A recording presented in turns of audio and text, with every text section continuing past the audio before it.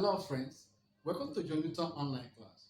In this video, I want to solve this particular question on the board, which is a velocity time graph. That is a subtopic in motion, that is in physics. Now, this is in continuation of the lectures we have been having all this while. We've treated the concept of motion, the parameters of motion. Now, I want to look into calculations involving motion. But we are starting with this particular task, which is velocity time graph, because most students find it difficult during the exams. So let us look into the question. A car starts from rest at a checkpoint A and comes to rest at the next checkpoint B, 6 kilometers away, in 3 minutes. It has first a uniform acceleration for 40 seconds, then a constant speed, and is brought to rest with a uniform retardation after 20 seconds. Then we are out to sketch a velocity time graph of the motion.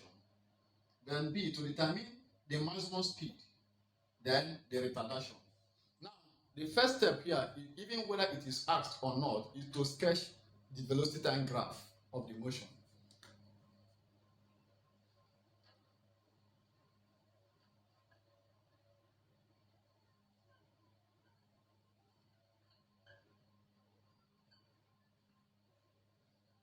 So that is graph of velocity against time. Then here is t in seconds. Velocity in meter per second against time in seconds. So here is the origin. The car starts from the checkpoint A, this checkpoint A, and landed at checkpoint B, this checkpoint B. Then the car accelerated. This is acceleration of the car. The car accelerated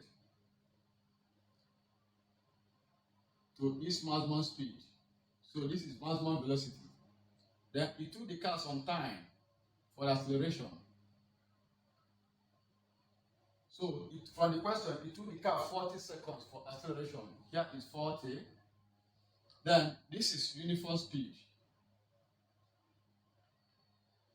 The car maintained a uniform speed for some time before retardation, that acceleration. So this is the deceleration of the car. Okay. Now, from here now, we see that here is acceleration, here uniform speed, here retardation. Then, we have some quantities here to be converted. The total distance covered by the car is 6 kilometers. So, total distance equals 6 kilometers. And this 6 kilometers, we convert it to what? To standard unit, which is meter, which will give you 60 times 1,000. Because 1,000 meters make 1 kilometer, giving us 6,000 meters. Then, the total time taken by the car, from the question, the total time taken by the car is 3 minutes. So these 3 minutes, we convert the 3 minutes to standard 3 minutes, which will be 3 times 60 to give us 180 seconds. Because 60 seconds make 1 minute. Then, which means, by implication, in a velocity time graph, the total time, the time is progressive. So we keep on adding the time. So if the total time is 180 seconds, that means 180 seconds should be here as the total time taken. So here is 180 seconds. 180 seconds, sorry.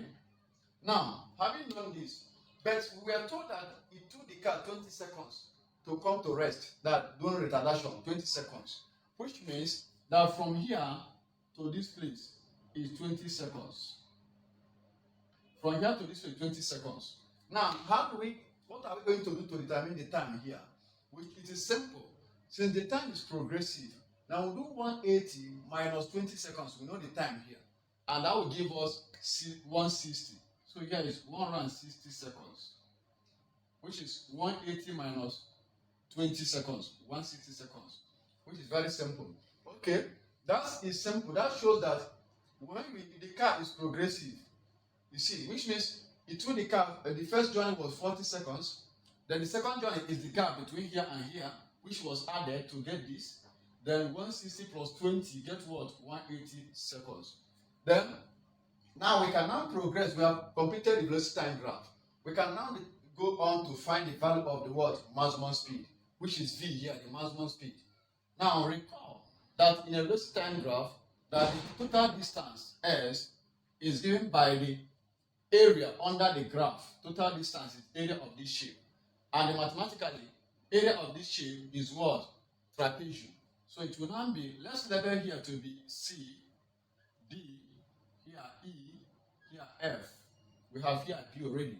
So it will now be 1/2 bracket CD, that line CD, plus line AB times line EC or CE, which is parallel and equal to this velocity. Now we put our values. Our S is 6,000. That will give us 6,000 is equal to 1/2. This is the formula for area of a trapezium. 1/2 A plus B times what? Height. This is our A. From here to here is our B. And this is our height. So we have 1/2 bracket. Our CD is the gap between this and this. 160 minus 40 will give us 120. 120 plus our AB is from here to here, which is 180 times V, because our velocity is V here. That will give us, when you cross multiply this, you will now have 2 times 6,000 will give you 12000 equals 120 plus 180 will give us 300. 300. Give us 300 V. That's 300. 120 plus 180 will give us 300 times V. 300 V. Now to find the value of V, we divide both sides by the coefficient of V, which is 300. Therefore, V equals 12000 over 300. That will give you 0 cancel 0. 0 cancel 0. 3 divide 12. 4 divide 0. 0. We have what? 40 meter per second. So the maximum speed, the maximum velocity here is 40 meter per second. Then, which is very simple. Now, for us to determine to calculate the retardation in question II, it's very simple. The retardation there is, for us to find the retardation for II question, the retardation is very simple. The retardation there, which is A, will be equal to change in velocity here over change in time.